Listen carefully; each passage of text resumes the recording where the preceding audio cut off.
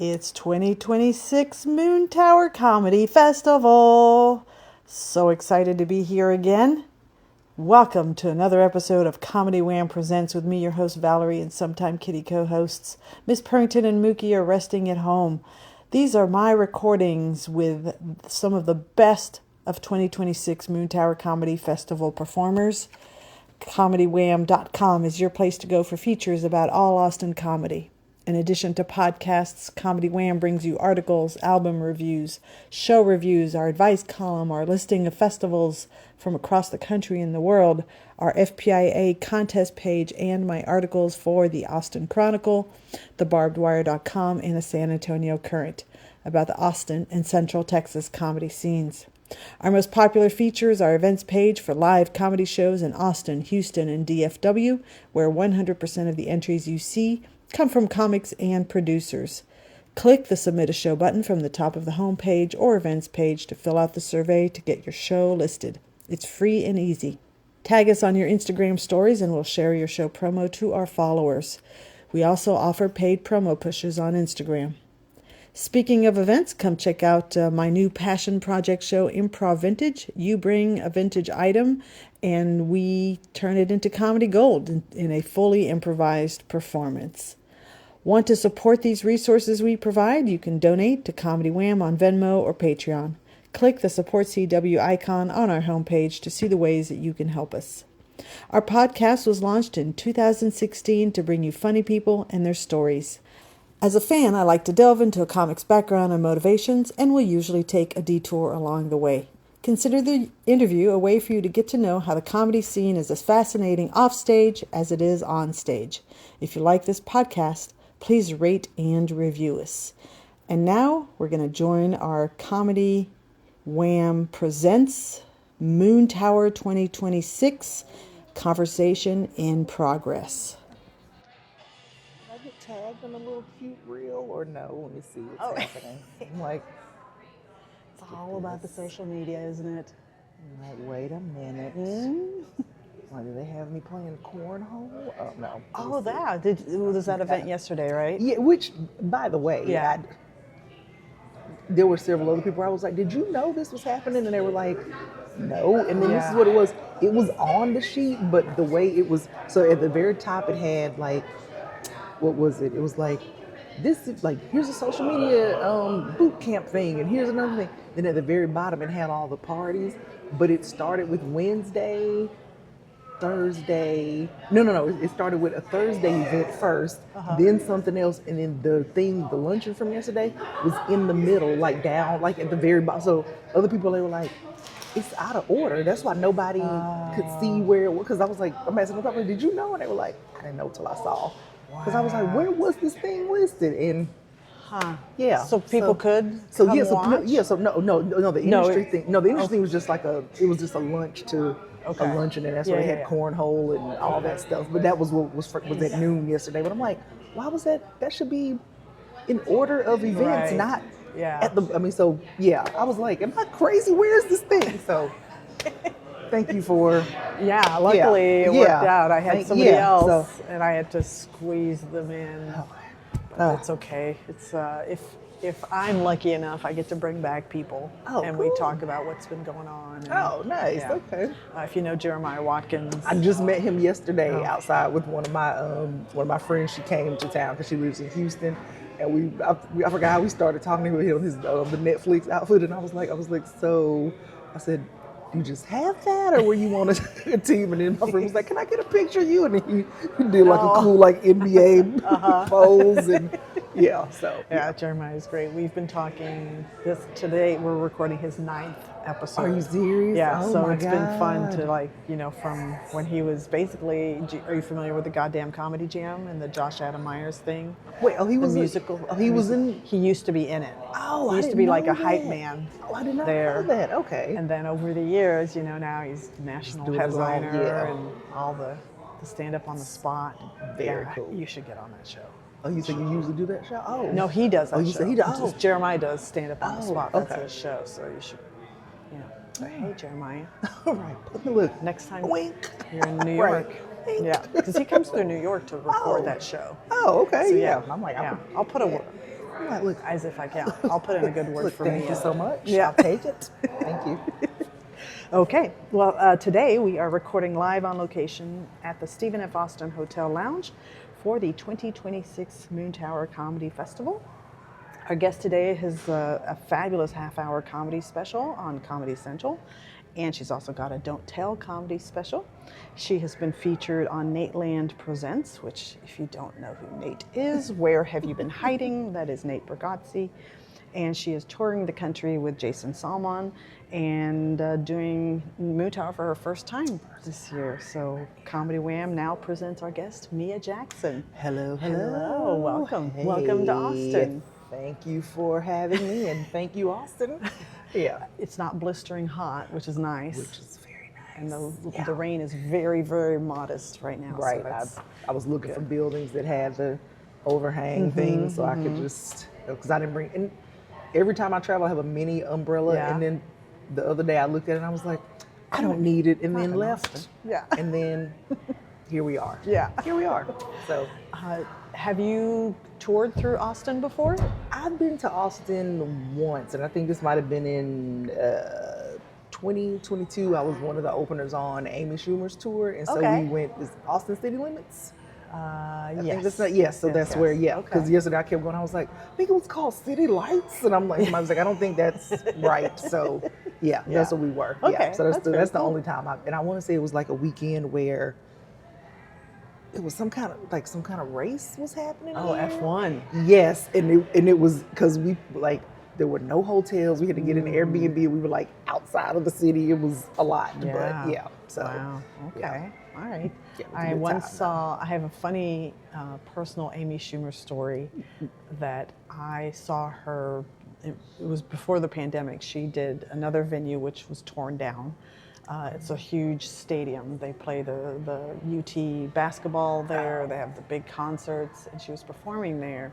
And I was super excited to get to see her because I love her show. And I took a picture of her walking off stage and posted it along with a series of other pictures on my feed. And somehow, because of course you tag, you hope. Oh yeah, yeah. So she posted it. She Oh, that's posted so it, but she cool. didn't credit me, and I was so butthurt about it. Oh no. And I'm very catty.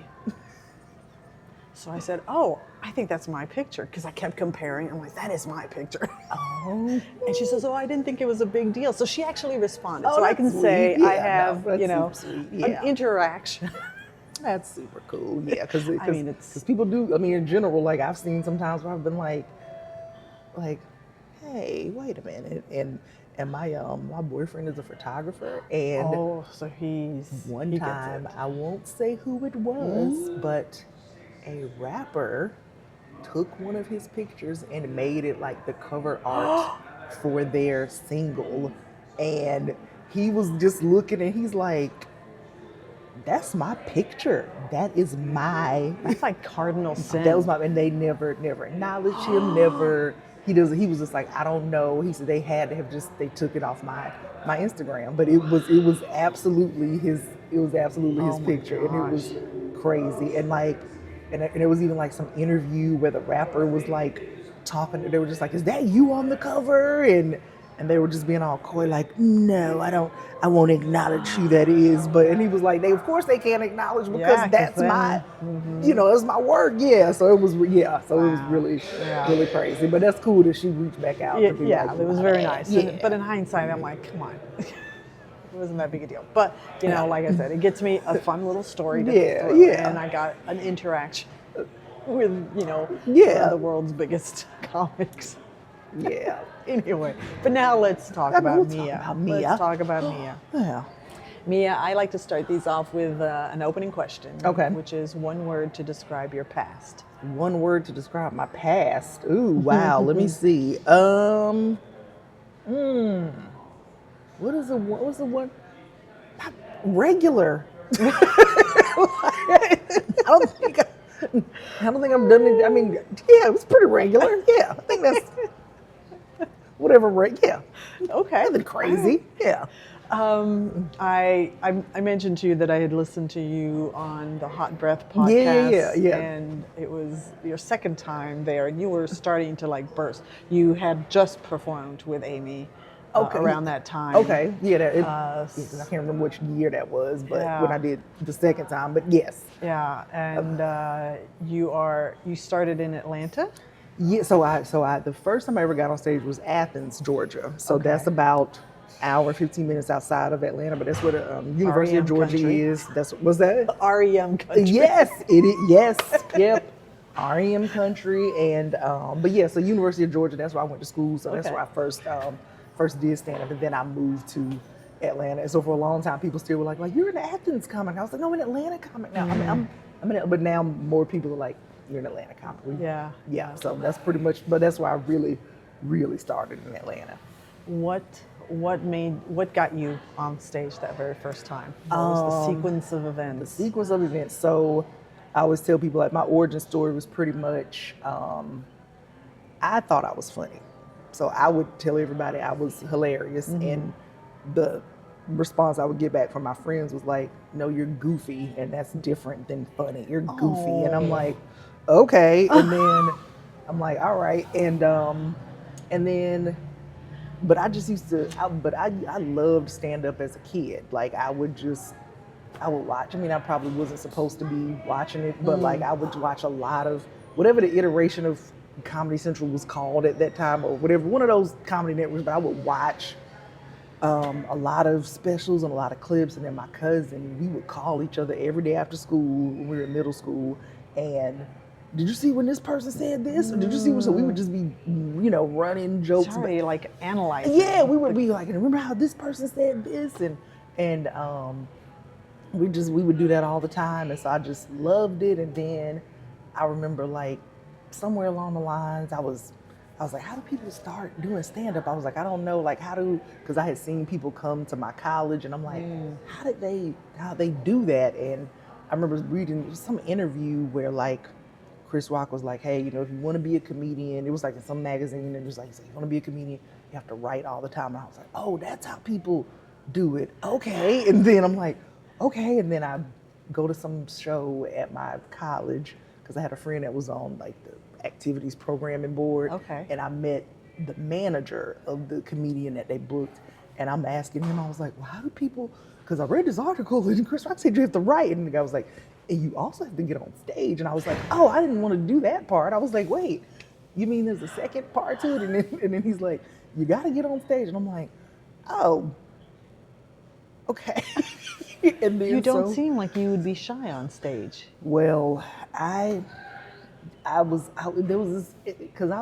of always been like when I was in elementary school, and I was always kind of doing stuff and being out in front because I was a little nerd. So I'd be the person that'd be like, I want to do a poem, I want to read. So I would do stuff like that. But when I got older, I was very much like, I'm fine with just kind of being in the background. And but yeah, after that, I remember going, I guess I have to get on stage. And so I started writing all the time. And then, a lot of towns, and I'm sure it's probably like this in Austin too, how they'll have those weekly papers, and they probably don't exist anymore, but the kind that There's one hanging on by a thread here. Yeah. But those kind that'll be like, the open mic is at this place, or this is the local event that's happening. And there was an open mic in Athens, and I was like, I'm gonna go, but I wasn't going to perform. I was just gonna go.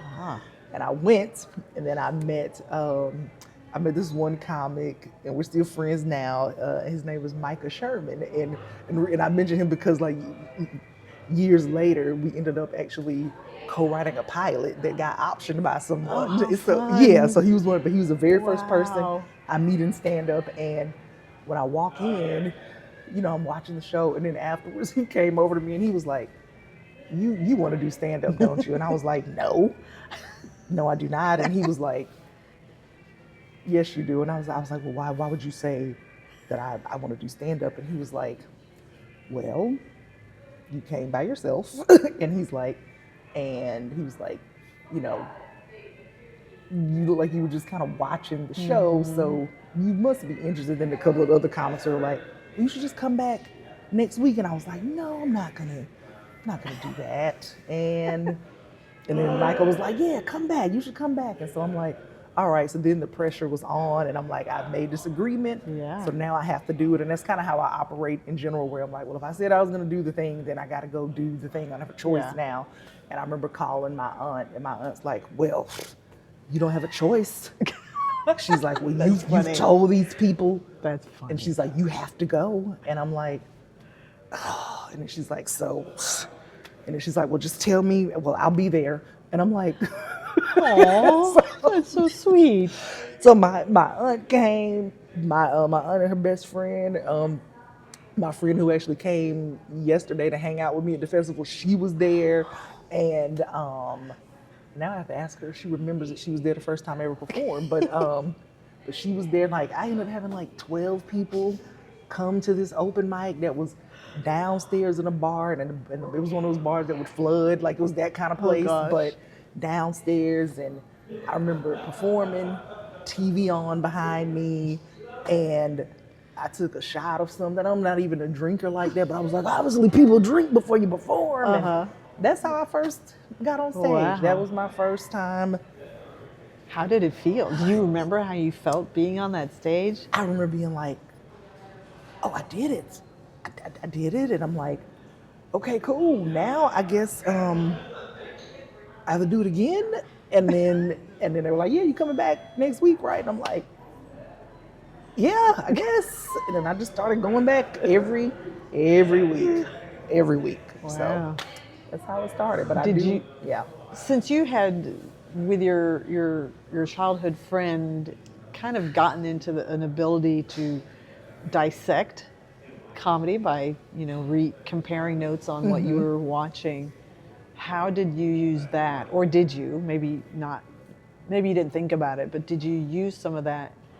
Do you think you used some of that to figure out what to do on stage? I think first night. I think a little bit, yeah. I mean, because I remember just being like, because by the first time I got on stage, I'd already had like a notebook full of stuff from just a full year before I'd ever gotten on stage. And so of course you were going to get up on stage. You've written for a year? I just it was just any time I thought something was funny, anytime I would just go, okay, and then this, and then when I was at the store the other day, so I think I at least felt like I learned something about the rhythm of jokes a little bit, because like I said, me and my cousin, we would just, and then when this person said this, and then, it was like, oh, okay, now we're learning misdirection. I'm learning, the twist, and, all these kind of things. So I think it was a little bit of that. I mean, I still didn't know what I was doing at first, but but a little bit. I think that's why I somewhat came across as somewhat successful the first time.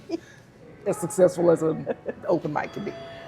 If you had never stepped up on that stage, what would you be doing today? I think if I had never stepped on the stage, the thing that I had wanted to do, because I had some really great communication professors at the University of Georgia, and I was like, I'm gonna be a communications professor. I was like, I'm gonna get a master's, I'm gonna get a PhD, and I'm like, I'm gonna be a professor. That's what I'm gonna do. Yeah. Like that's what I that was what I presenting that's what I wanted. Either way. Yeah, basically just but academically, yes. Yeah. And which meant I probably would have quit at some point and did stand up. But you would have gotten there either way. Right, yeah. So that's what I wanted to do, yeah.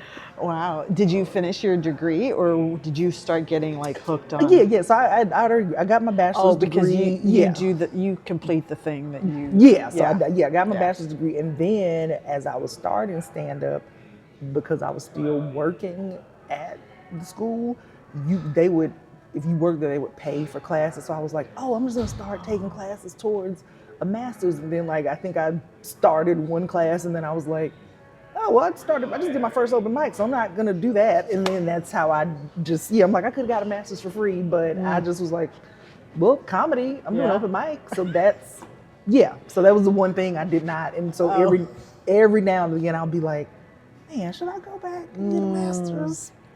But for what? Yeah. The funny thing is, Yakov Smirnoff is here at the festival. He has a master's and a PhD in psychology. Oh, I didn't know that. Yeah. And can I say this is so funny? I have seen him at 3 festivals in the past year. Yes, we met last year in Nashville, and I went on. We did a showcase at the Ryman. It was the Nate Land showcase, and I went on after him. And then a few months later, I see him at Flyover. And then the other day, yesterday at the thing, and I was like, "Is that Cough?" And I'm like, "Oh my God!" And then we ended up taking the same car back to the West, and I was like, "I've seen you 3 times," literally, because it was last April when I first met him. I'm like, "This is so just crazy." Yeah. That's funny. Yeah. So he's one of the rare people that actually did get, advanced degrees. Yeah, I didn't know that. That's so cool. Yeah. So how long had you been doing stand-up before you decided to move to Atlanta? And was there a particular reason that you chose Atlanta over a New York or an LA? Well, at the time, I was so when I was in Athens, I was still working, and then I met a man, and as you know, they ruin things. And no, let me not all men. Not, the ones in the past. The ones in the past. The ones now, they're golden. Yeah, but yes, the current men, lovely. Yeah. I was dating a guy. We both were doing open mics at the same time, and then he moved to Atlanta, and then we were just like, well, we're serious, So he's like, come shack up with me, and I was like, yeah, this is such a good idea, and yeah, I should absolutely live with this man, and so that's actually how I ended up in Atlanta. So I wasn't like, the thought of New York or LA seemed so far away at that time. So I was just like, let me hang around Atlanta. Let me try to get good, you know. So did you notice differences between the Athens scene, which was very small, I imagine, and Atlanta, which is huge and a little bit legendary? Yeah, and because around the time that I went, it was still kind of like there were places to perform, but it was, there was still a lot of like, well, you go to the open mic at this club and you sign up on this date, and then you hope that you get called back the next week. So there was still that kind of stuff was happening, and there were some independent shows. Somebody would get excited and they go, "I'm running a show at this bar," and then a week later it's gone. Yeah. So there were. It hadn't become like what it became a few years later, but there were still places to go up. So you might, on average, have been able to do, I get up once a night, or maybe 2 or 3 times a week, and then later it was like, I can do 2 or 3 shows, you know. But yeah, that scene, Athens, was very, very small. It and it was just people who were kind of just dabbling. It wasn't people that were super, serious about it. And then there were also people who had just gone to school there that were like, well, I'm here, so I'm going to do open mics just because I'm in Athens, but wherever I go after I graduate, I'm out. But Atlanta was very it was everybody. Like, it was, because it's known for having like a really big, like, and I hate to use the word, but like a big urban scene. So it's like a big, urban, like, black comedy scene. It was just, known for legendary clubs like the Punchline and places like that. So it was just all kinds of stuff just happening in Atlanta. So it was, a lot of people that you had seen on stuff like Comic View, they were all in Atlanta. So so it was a big difference from Athens. Yeah. Was there a moment or a phase where you realized you were going to take this like super seriously? Honestly, like, when I started, I was like, I'm probably not going to quit doing this. And I was like, dang it. So from the get. I was just like, I'm in it. Yeah, pretty early. Yeah. And did you have a vision for yourself of what that might look like down the road? I think the only vision that I had at the time, I was just more like, I'm gonna have a special one day. Like, that was really because I didn't even like, when I would meet other comics, they'd be like, because now that you're doing this, you can be a writer and you can do this thing. And I was like, what is all this other stuff? I thought you just did jokes and then you left, and people were like, no, you can write scripts and you can write for other people and you can do punch up and and I was like, whoa, I didn't know that. I'm like, I just started. Can I try to do this first? So but it was good to know that, like, it doesn't just have to be this thing because we evolve and this other stuff you want to do over time. But Right. initially it was like stand up, stand up, stand up. That's all I'm doing. Yeah.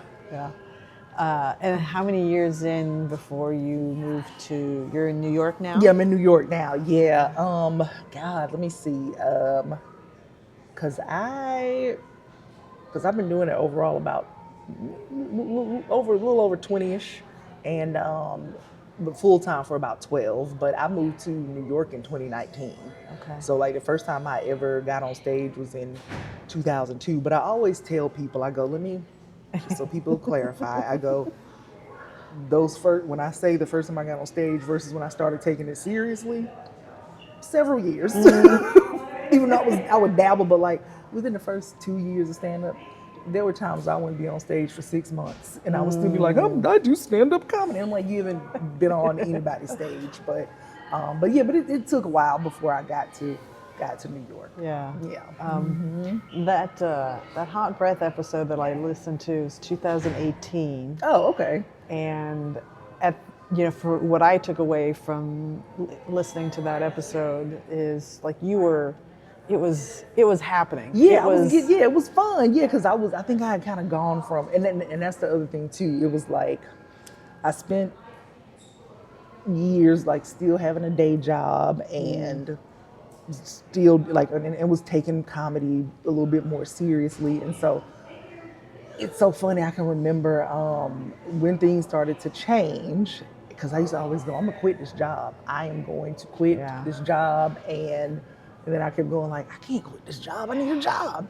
But then I got fired, and I was like, oh well, thanks. Like this is good because I wasn't gonna do it. Yeah. Somebody had to make me. Yeah. And it really, because I can look back at it now, and I can even look back at it now and just go, I wasn't even mad. I was like, I remember when they sat me down, they were just like, listen. They were like, we like you here. And I was like, obviously, but but they were like, we like you here. You're just not for this department. Mm-hmm. So what we're gonna do, and they were just, and it was just very gently, like they were like, we're gonna let you have 2 weeks off. Then we're gonna let you reapply to something else at the company. We just don't want you in this department. And then I just went, and they were like, do you have any questions? And I go, yeah. And I go, can you just fire me? I said, can't you just do that?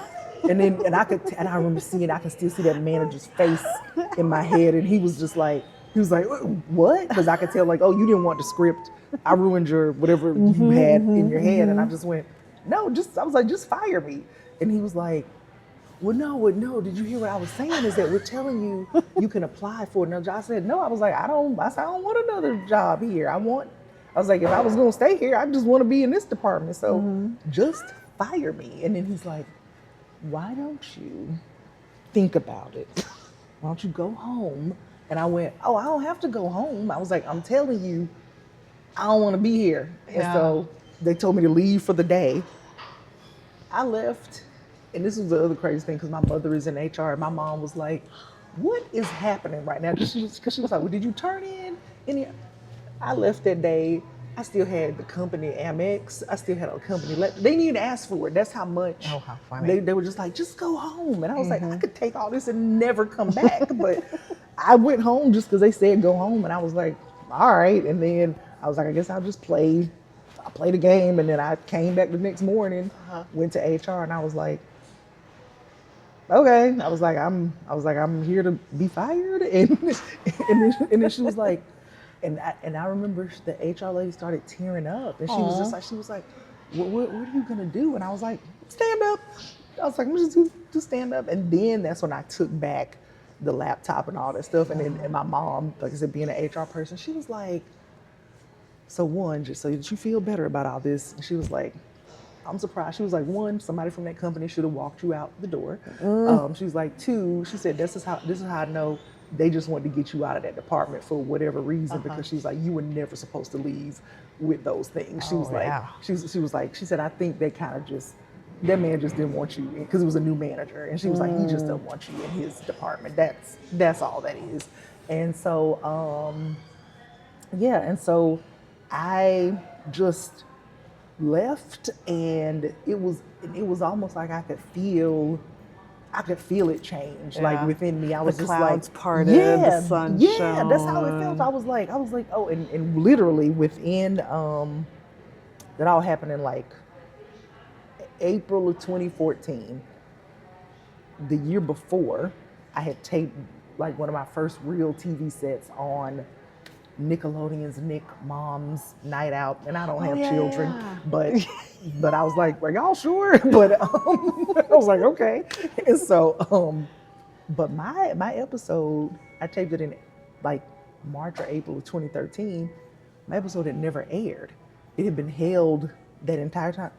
Pretty much the week that I left, it came out the next week, so it looked like I quit a job and then I'm on TV. How funny! Yeah, and they hadn't told you that it was finally coming out. Yeah, and they were just like, "Oh, your episode's dropping," and I'm like, "What?" And I'm already posting like, "Boom, watch me! I've made it! Look at me, guys!" And so a lot of stuff just started happening. The next year, in like literally the next year after I left, I was on Last Comic Standing. I made it to the semifinals.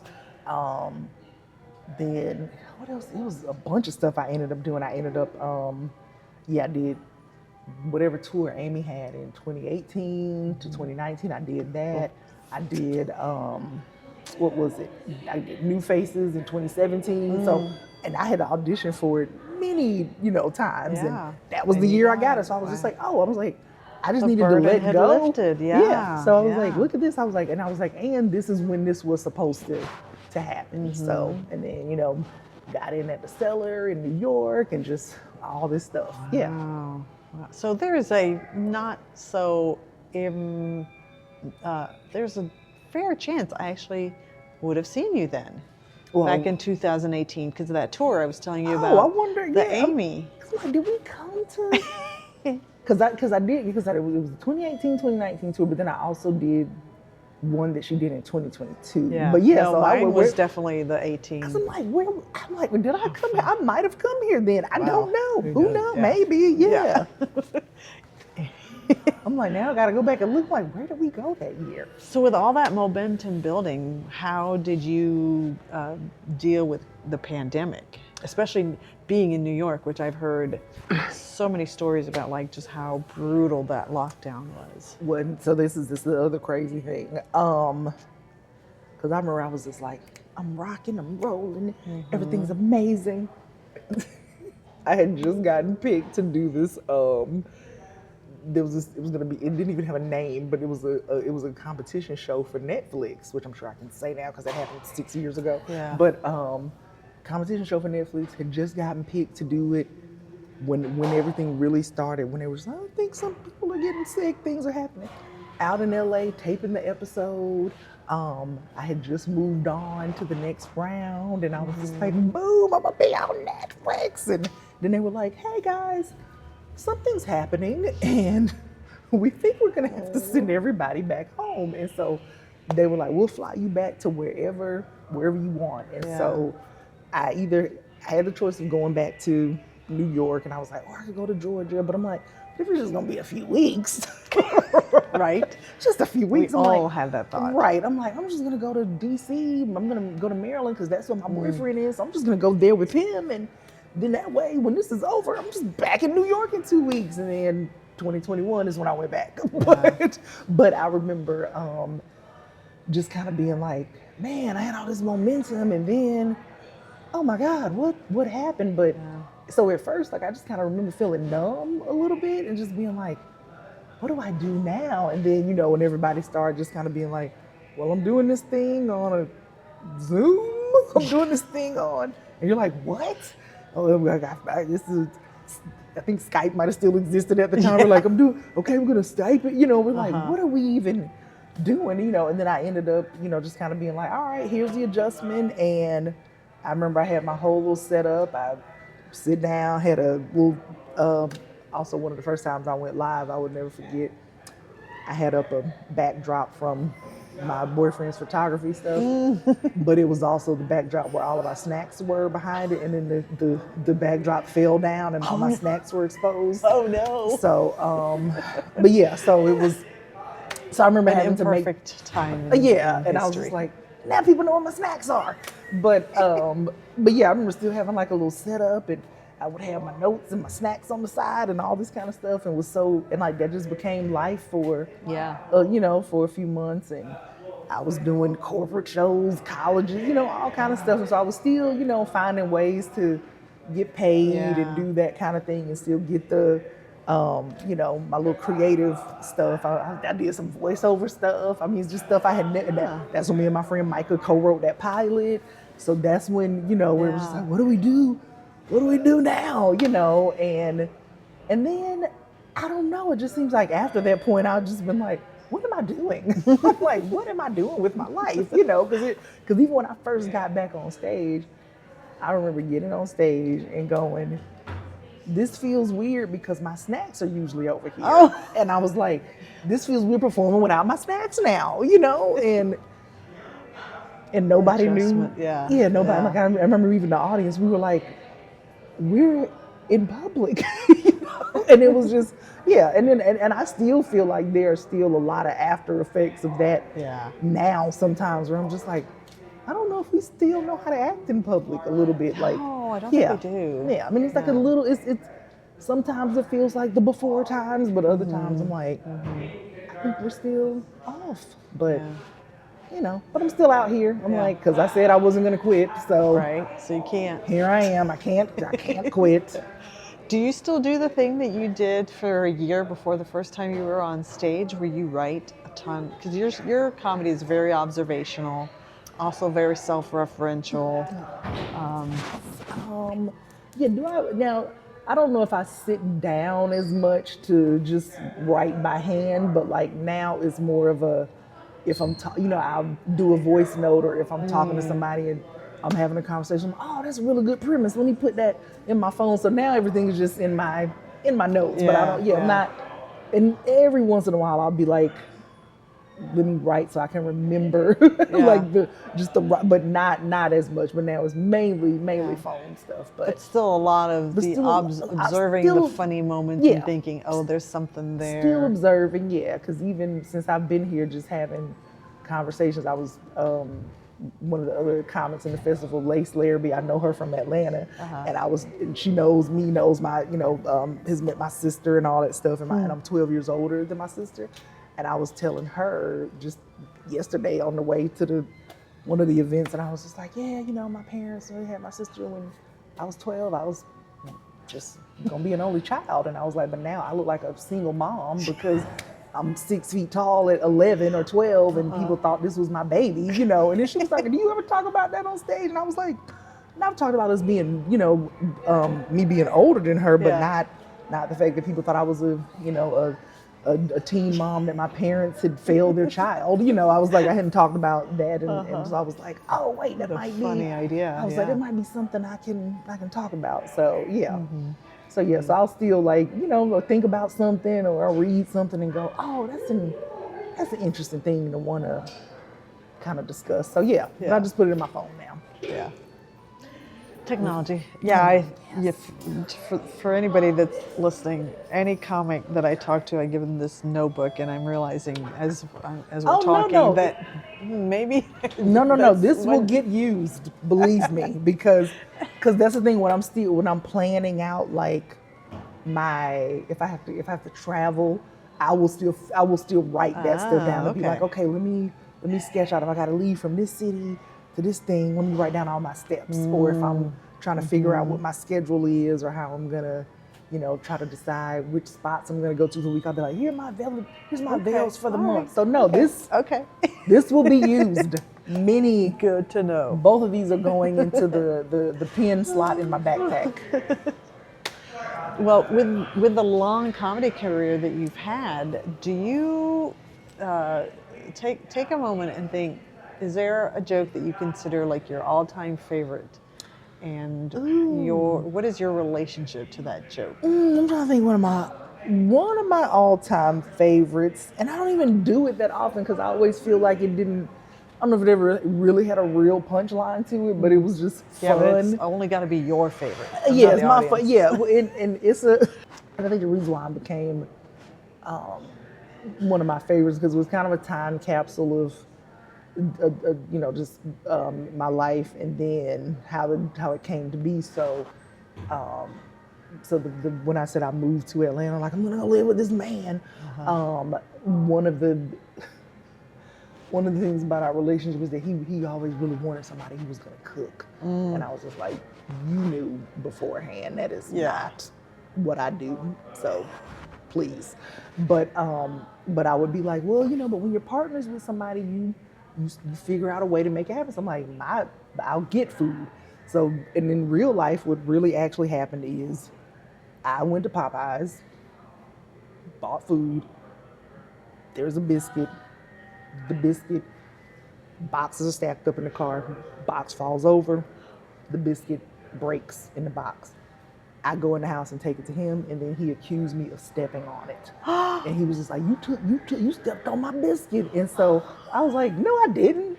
And I was like, no, I did not. And he was like, yes, you stepped on my biscuit. And so I remember calling one of my best friends, because she used to say that me and this man had quarterly quarrels, is what she would call them. Because she'd be like, what's the quarterly quarrel this time? What job? What's the argument? And so I was like, I said, you ain't gonna believe this. This man said I stepped on his biscuit. And she was like, what? And she was like, this is the most insane thing. She was like, why would he think that? And he legit was like, no, come look at it. Look at how you stepped on the biscuit. And I'm like, you don't see shoe prints. You don't, like, I did not step on this damn biscuit.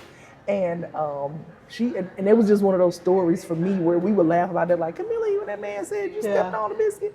So years later, fast forward, now I'm in a new relationship, and we're just on a road trip just talking about just, stuff just happened in life. And then I was just like, oh, did I ever tell you about that time I got accused of stepping on a biscuit? And he was driving. I just remember him going, what?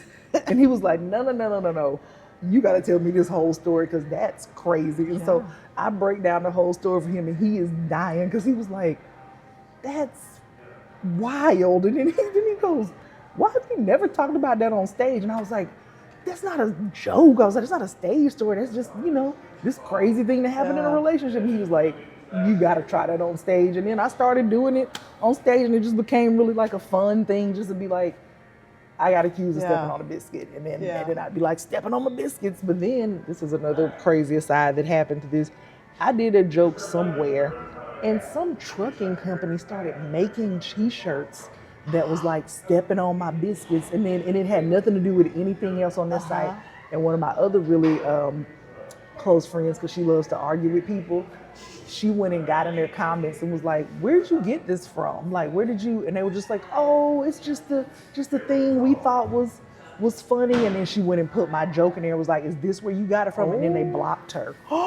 So we were like, because she was like, there's no way. She was like, those people heard that joke. So wow. Yeah, it was, and she was like, and you're a trucking company, you don't even sell biscuits. What are you talking about? Like, yeah. So, but that's been always a fun one that has been one of my favorites. And every once in a while somebody be like, you still do the biscuit joke? And I'm like, oh, I forgot about the biscuit joke. But yeah. Well, a lot of it too is in the delivery and that Georgia accent of the twang. Your twang. The twang. In Texas, we appreciate a good twang. It's the twang. Sometimes you don't need a punchline if the story and the delivery is fun. Yeah, just a fun story. With the delivery, one of my favorite things, and I think this is in the Comedy Central special, is setting the date. And the way your timing is so good. Because, you're very likable on stage, and I will say likable in person. And so people are like on your side, and then you're like, they're like excited for you. Oh, you set the date, and then for me to move out of his house. And I initially had like another punchline that was actually kind of like mean towards men. And I remember a comic took me to the side, and he was like, I don't think you have to do that. He was like, I don't think you have to bash men for that punchline. And he was like, you should think about this differently. And I went, well, I used to say we set a date for me to move out of his house. And he was like, just say that. And he was like, because that way you're making it just more universal, because he said, because the other way you just sound kind of mad at that one man. And I was like, and and when I would do that joke, is one time I remember being in Atlanta and some women came up to me afterwards and they were just like, "Can we hug you? Can we talk to you?" Because she just ended her engagement, and then she was like, and we went on her honeymoon. So the friends were like, we took the honeymoon trip, and they loved that part where they were like, that was my life, that happened to me. Yeah. So yeah. Yeah. No, and I think what you say on stage is like 6 or 7 years, if I remember. Yeah, And, look, who knows? and Yeah, I probably. just last year got out of something that was at the same time. So to me, that hit for me as well. It's like, you know, I'm out here it's good to walk away. touching hearts, giving people reactions. Yeah. When that special came out, did your life change? Or I mean, you know, it's a lot of work to get through a special. What's that? It's a lot of work to It get through a is, yeah, special. yeah. And it was because I felt like I ran that set a lot, and I was just like, I hope this is good enough. Yeah. And then I was really glad with how it came out, and just an aside, one of the fun things to me from that, and I think it's in the tape or the video, but when one woman starts laughing, and then I just go, "Are you okay?" Like, and I was like, "Are you?" You know, and then I remember them telling me, they were like, we decided to keep it in because it was so fun that this lady, and they were like, your reaction was so natural just to be like, are you okay? Like, are you all right? Like, what?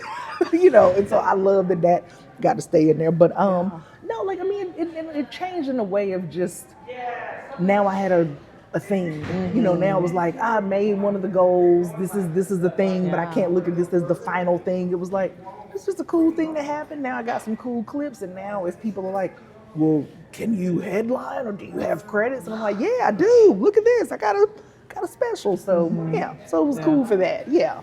And is that something that's been happening for you, being able to headline Yeah. more and more? Yeah. And so it just like over the years, I mean, and I haven't been on the road as much lately, but it gave me the thing where people be like, okay, we can book her to headline because we see this thing. So yeah. So it did help for that. Yeah. And flashing back to the time, I think that this is something you said you learned, or people were talking to you about in Atlanta, about, well, what are you just going to do stand-up? Are you going to do writing? Are you going to, you know, all the many things? Direct. Is that something that you think about more? Do you do things other than the traditional stand-up? Yeah. So I did get an opportunity to actually pretty early in stand-up. I ended up like through just a confluence of events. I ended up writing for an award show, and I had only been like a couple of not a couple of years, but like maybe like 4 or 5. It wasn't really long, but another comic was like, oh, I know somebody who's really reliable who would probably be good for this. And so like 2009, 2010, I wrote for the Soul Train Awards that was in Atlanta. So that was really like my first time being like backstage and being like, and I was like, oh, is this one of those other jobs that people talked about? And I'm like, this was fun. It works a different muscle. I'm not writing for myself. I'm writing for, I got to get in the head of somebody to be like, oh, well, how, if this person is a presenter, how would they sound, or what would they say, or does this sound like me, or does it sound like them? And then you would get the feedback, whatever. Like, oh no, that person wouldn't say that, or no, this person wouldn't say, and then you're like just trying to need like, okay, well now I got to go see them in other stuff to come back to go, this may be a better fit. So that was kind of fun to make that adjustment to go, oh, I'm not writing in my voice, I'm doing this other thing. And then you co-wrote the thing. My friends for 2020, 2021, we co-wrote this pilot, and I told him, because I was like, I already got some characters I had this idea for, and he was like, oh, well, let me see. And he's like, oh, I think we can do something with this, because he had written some pilots before. And so so I ended up like, I remember again through just another, just events and referrals and all this stuff, and then my manager was like, someone wants to option your pilots. And I was like, you shut your mouth. And she was like, this is the easiest pilot any of my clients have ever saw. And it didn't get made, but it was still super cool to be like, oh, I wrote a thing that somebody wanted. Like they wanted, and I was like, oh, I could do this again. Whereas before it seemed like I was like, you can write that many pages of a script. And I'm like, I can write that many pages of a script. Yeah.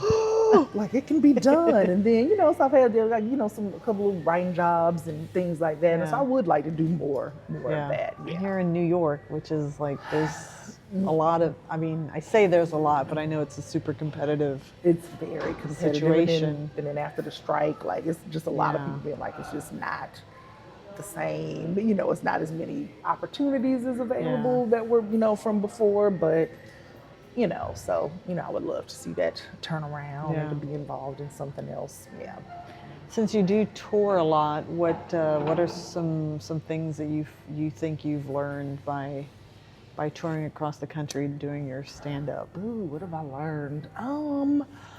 Just as a person, I think I've learned like to nap when I'm traveling, because there would be because over the years there would be times where I would go, oh, I'm working somewhere Thursday through Saturday, get to town Thursday and then go up that night, and then I'd be like, I didn't have as much fun on that show. Like, what happened? So then when I was making more money and things like that, I'd be like, if I can go somewhere a day before, let me just get there a day before so that I can actually do my job and be rested. And so just being an adult really is what I learned.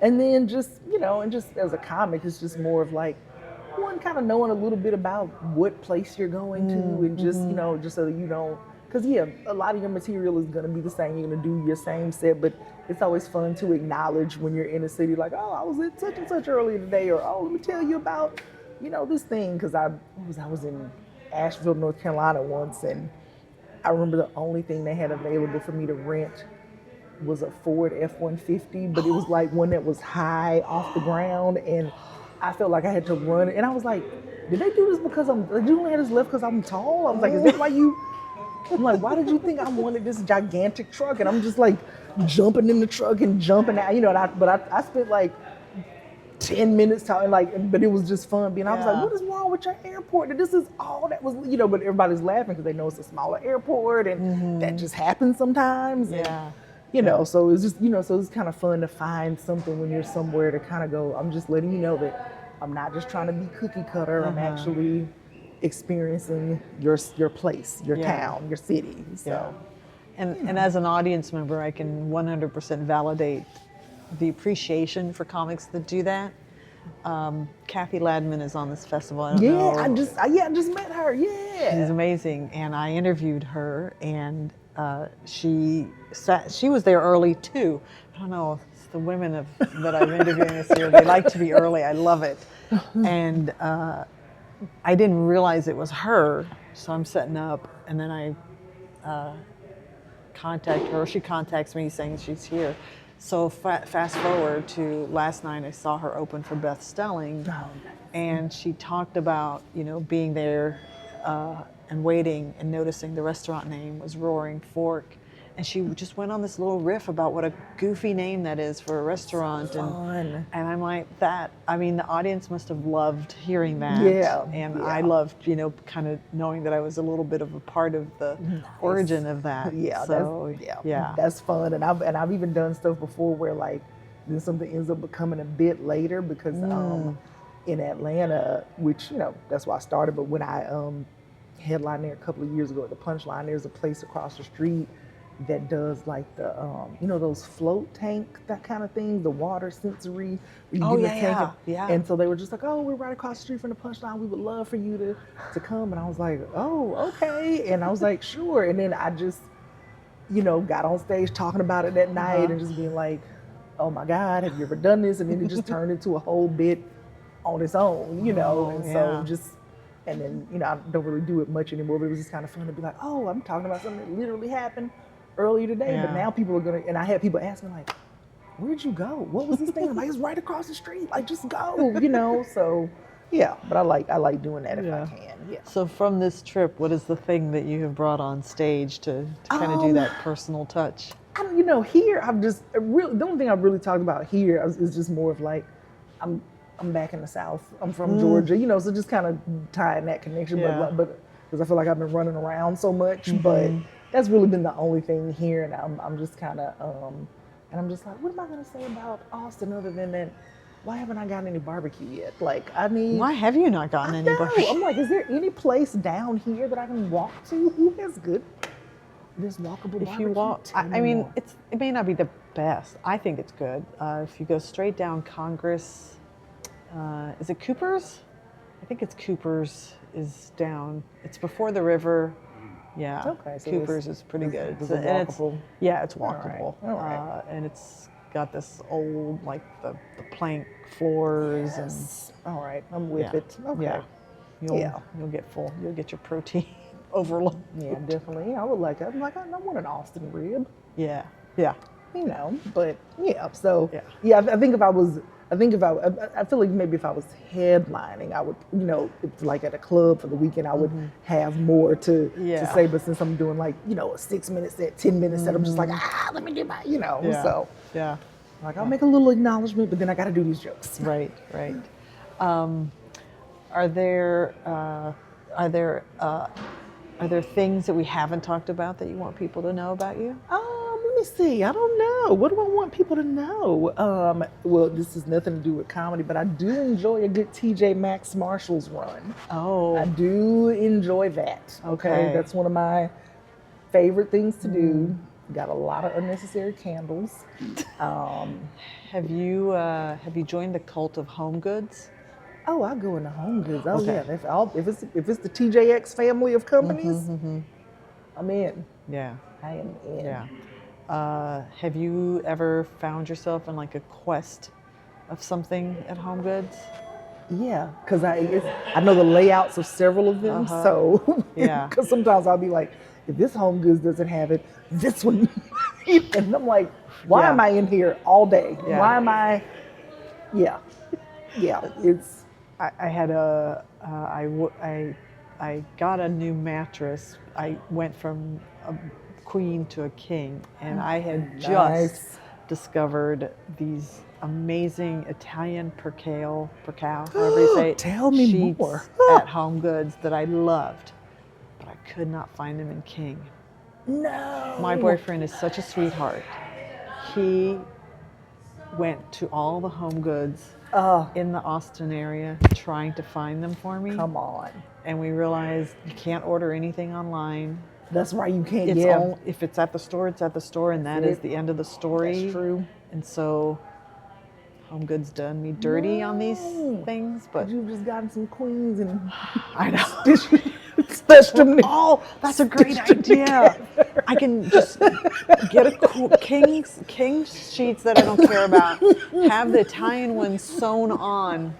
There you go. See? Problem solved. Teamwork. And look, and what you're saying, the percale and all that stuff. So this is the other, like, not that this is a fun fact about me, but my mom for years used to, like, she's been in HR forever, but she was in HR for a textile company. So I grew up with like the idea of bad sheets was like when I think, I don't know if I was in college or something when I had something, I was just like, ugh. And I'm just like, oh, I didn't realize, like, oh, I just grew up with good sheets because my mom Your mom could get did. us good sheets. Like, yeah.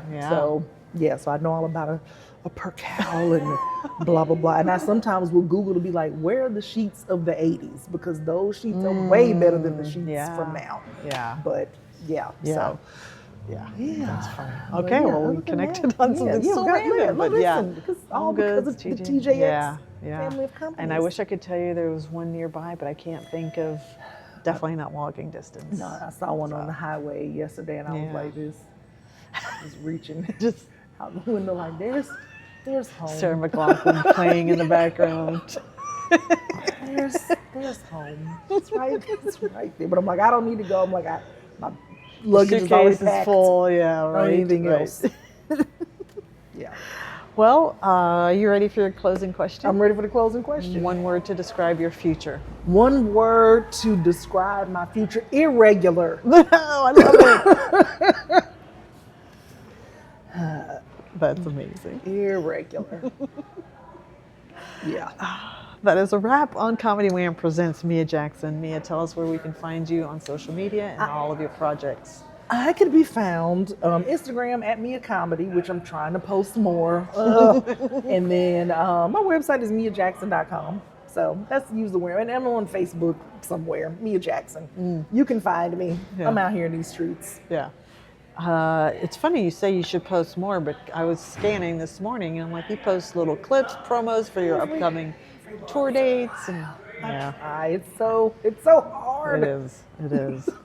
I posted something last week and I had to take a nap afterwards. I was like, oh, I was like, it's so much. I'm like, I posted it and then people started responding and I was like, oh, Oh yeah. oh. Yeah. So yeah. I've been posting a lot to our social media for the festival, and I thought I was very efficient.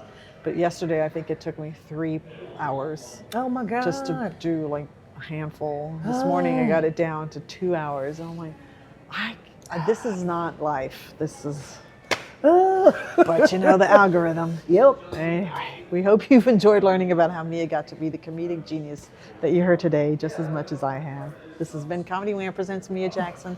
I'm Valerie, and that's been funny. Thank you, Mia. Thanks.